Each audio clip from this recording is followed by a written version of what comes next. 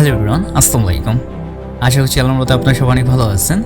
একজন লোক সমুদ্র তীরে হাঁটছিলেন। তিনি লক্ষ্য করলেন সমুদ্রের তীর জুড়ে অসংখ্য ছোট ছোট মাছ পড়ে আসছে, যা জোয়ারের পানি সরে যাওয়ার কারণে আটকা পড়েছে।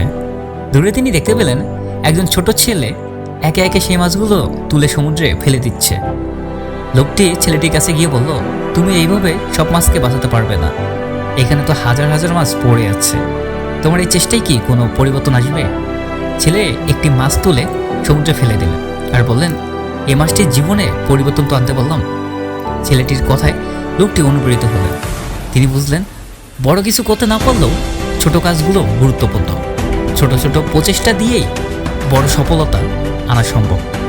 গাইস, এই গল্প থেকে আমরা এটাই শিখি, প্রতিটি ছোট কাজেই মূল্যবান। আমরা হয়তো সব কিছু পরিবর্তন করতে পারবো না, কিন্তু যে জায়গায় আছি সেখানে আমাদের ছোট প্রচেষ্টাই বড় প্রভাব ফেলতে পারে। ভিডিওটি কেমন লাগলো অবশ্যই কমেন্ট করে জানিয়ে দিও।